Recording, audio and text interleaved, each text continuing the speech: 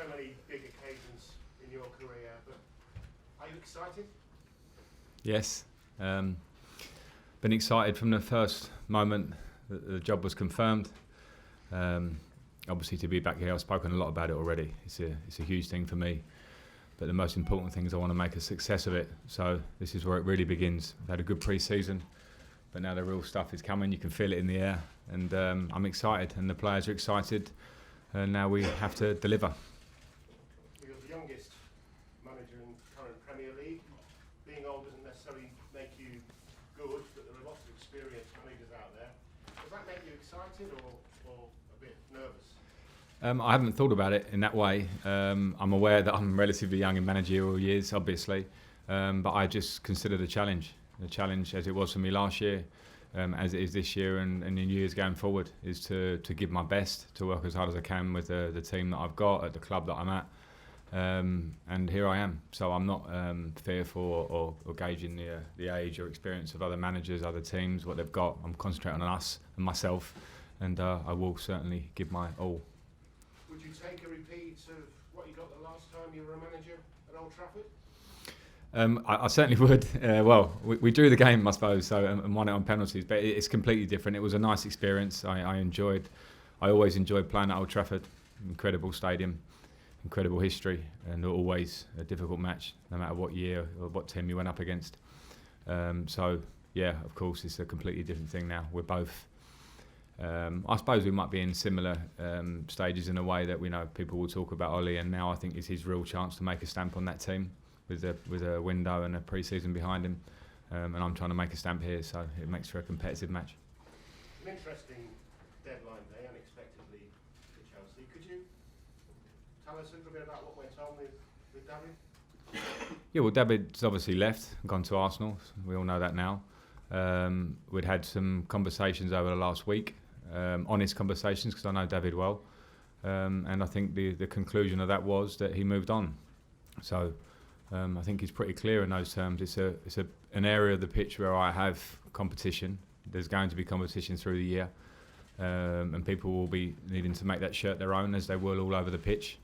I don't have 1s and 2s and 3s in my line. I have people competing for the position. I don't have a set in my mind, and that's what everyone has to understand, and that'll be the same everywhere. But it's a competitive area, as I say, so he's moved on. I and we as a club certainly wish him the absolute best, because he's been part of a lot of really good things in our recent history, and now he goes on to play elsewhere, and we must focus on ourselves. There's talk of fallouts, disruptions, strikes. Can you say, were there any of those? Well, there certainly wasn't any strikes, so I'll make that clear straight away. And in terms of fallouts, no, there weren't. There were, as I say, honest conversations. I think as a player, I always respected honesty from a manager, whatever the news. And I think I got that back from David, hence why he ends up moving on to Arsenal. So yeah, there were no strikes. The day that David didn't train was a decision that I made, because we were in the middle of this, where we were talking, and it was quite clear which way it was going. But that wasn't not a decision as a strike or a punishment or being ostracised at all. It was just probably what worked for that day, and now we know the deal is done. For us, of course, there's still some time to go in the transfer window. Do you expect any more outgoings from Chelsea? I don't expect there will be. We obviously have the ban. We obviously haven't been able to make moves in terms of bringing players in. So I'm very happy with the squad I've got now, and my focus is working with the players that we've got. So we'll see as the next couple of weeks, or until the European window's shut, where we're at. But I think you saw the big moves, obviously, yesterday. I'm sorry to ask you again, but is there any update at all on Callum and a new deal? No, on Callum there's not. The clubs are talking. We want him to stay. I want him to stay. We hope Callum stays. Simple as that. And the better news is that he's working hard on his fitness and he's back out on the pitch. So from my point of view right now, that's the really good news. And of course, as a club, would like that to be longer term. John. What's it been like watching the transfer window going around you and not being able to do anything? Frustrating? Well, I was very aware of it. I suppose I shouldn't be too frustrated, because I knew what I was coming into. The club knows what it is. I see it as an opportunity in different ways, and we know that with the younger players, and there's certainly a challenge for not just myself but the whole club. Can we remain competitive when we are in this position? I believe we can, and we just have to accept that and use the challenge of what we've got and have absolute belief in what we've got, because I think with the ban it's been very easy to write off this squad somewhat, and I'm not writing it off. I'm saying that we are hungry to try and prove everybody that we will be up there this year, and I believe in the squad. Can it work in your favour, people actually not expecting so much from you maybe this season? I don't know. I don't know if that matters too much. I mean, I don't know. Well, I think what's important is that you have one target within the group that we have, and then everyone else has their targets or their ideas of what might come, predictions, etc. I don't think they matter too much. What matters is how we approach it. And if I was a Chelsea manager who said I'll settle for 6th place this season or 4th place or even 2nd place, that's not the mindset. So I'm not. But we'll see how we go. What would be a successful season, you think? Well, I mean, the Manchester City and Liverpool showed the rest of us that there's a gap last year in the league. So that's a gap that everybody has to try and make. So we're striving to do that. I don't want to get too far ahead of myself to say this position will be a success. As I say, we will aim to win. And of course, this club wants to be in Champions League football every year, year on year. We've managed to do that last year. I would love to be able to do that again for us. But I don't want to say I'm settling for 4th place. But we're realistic, and we know that we'll have to be at our absolute best. We'll have to work every day to improve and improve and improve to try and stay right up there with the big boys. Last one, John. Is that gap bridgeable, do you think, to get Yes. to the top 2 for anybody? Yes, Yeah. because this is football, and we have to only admire some of the points tallies and football played by the Manchester City and Liverpool last year. But football is never. One of the beauties of it is when every season starts again, you all start a game fresh, and then it's up to you what you do. And they're fantastic teams, yes, but we have to try and rise to that challenge, as do other clubs. Thanks. Moose. Some of those games, is it bigger for Ollie or is it bigger for you? I don't really know. I mean, it's a big game for us both, without a doubt. We're both, I suppose, the similarities that I had touched on before were the fact that it's 2 huge clubs that have had huge success in the last, since I was playing, in the last 10, 15, 20 years, and we know the history of Manchester United, but we both have the same idea that we want to be successful and we want to up our game again slightly. Chelsea have been winning things, but of course we want to be competing for 1st place, and this is the start of that. So I think it's just huge for us both. I can't say, I certainly feel it's huge, and he will too.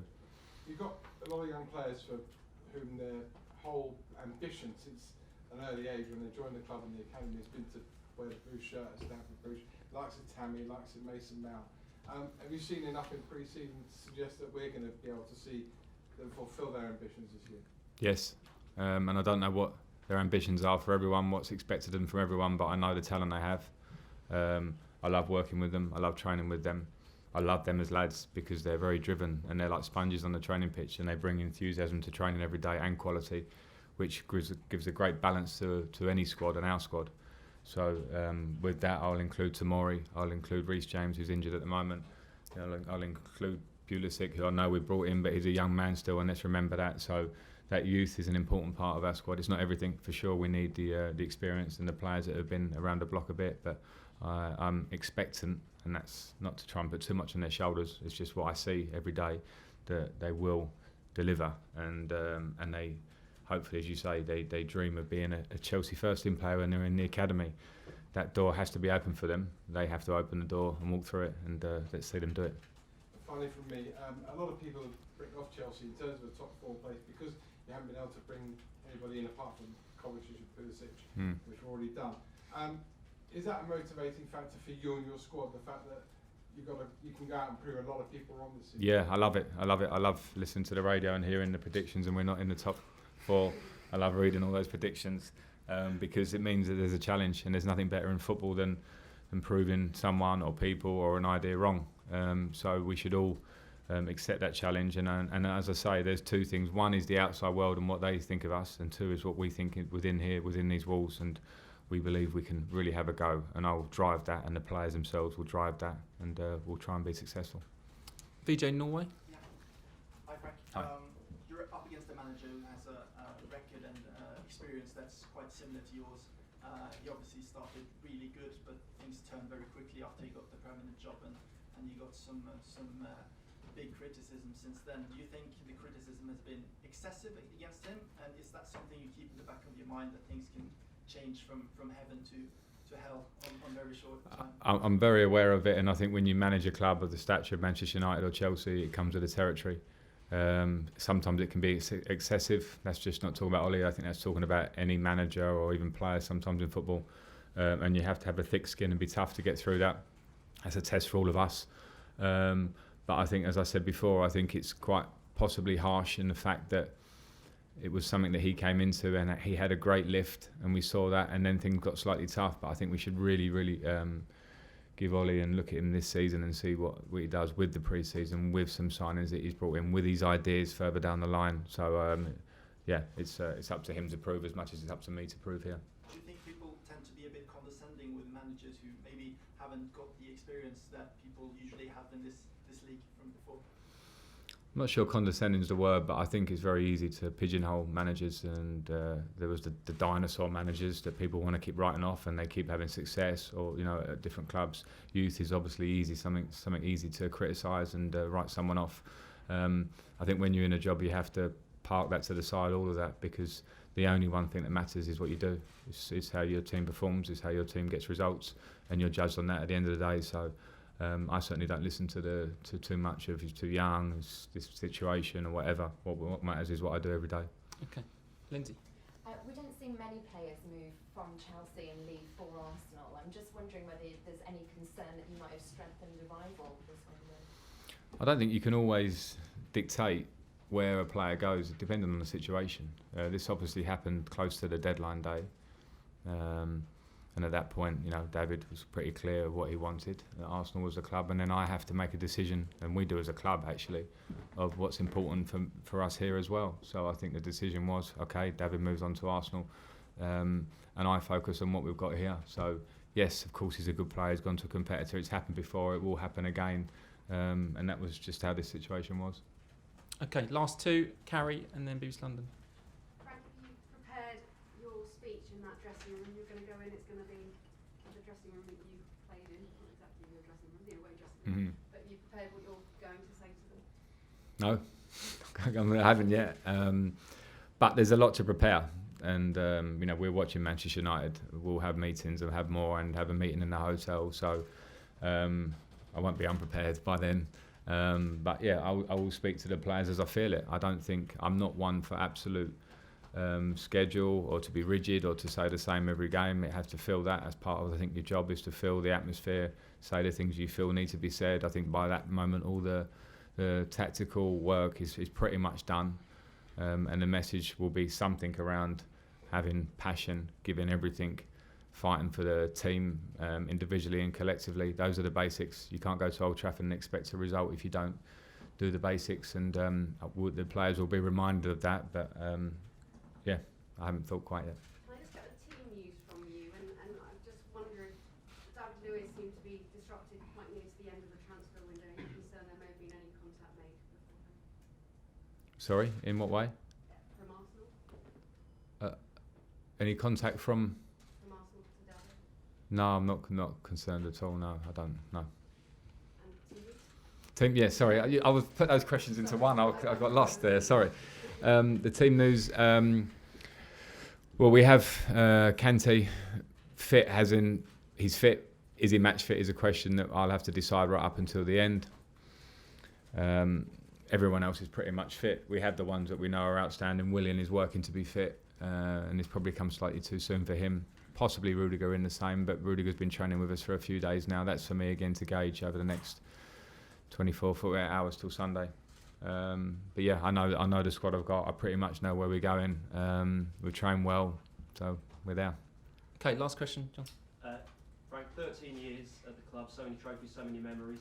Just tell us again what it means to you, the club itself, and to sit here now as the manager on the eve of the new Premier League season. Well, it means a great deal, and I don't want to take it for granted, because it's an incredible feeling for me to set out 1 year ago in management and then to have the opportunity. I'm very proud to manage this club. It means so much in terms of the affiliation I have with the fans. From the day I moved across town to play for the club, it became my club. instantly. And even when I moved on at the end of my career, everybody knows how I feel about Chelsea. So to manage them is an amazing thing for me. But I am past the surreal feeling. I'm in the job now, and I'm sitting here, and I know what the office looks like. I know everyone again. I've met the new faces that I didn't know before, and the important part of the job now is what I do on the pitch. So, as I sort of mentioned in my first answer, I'm very dedicated to the task of not just being Chelsea manager. I want to be a successful one. Okay, thank you very much. Cameras off, please. Thanks, Frank. Daily Thanks. Thank you. newspapers Thank now. you.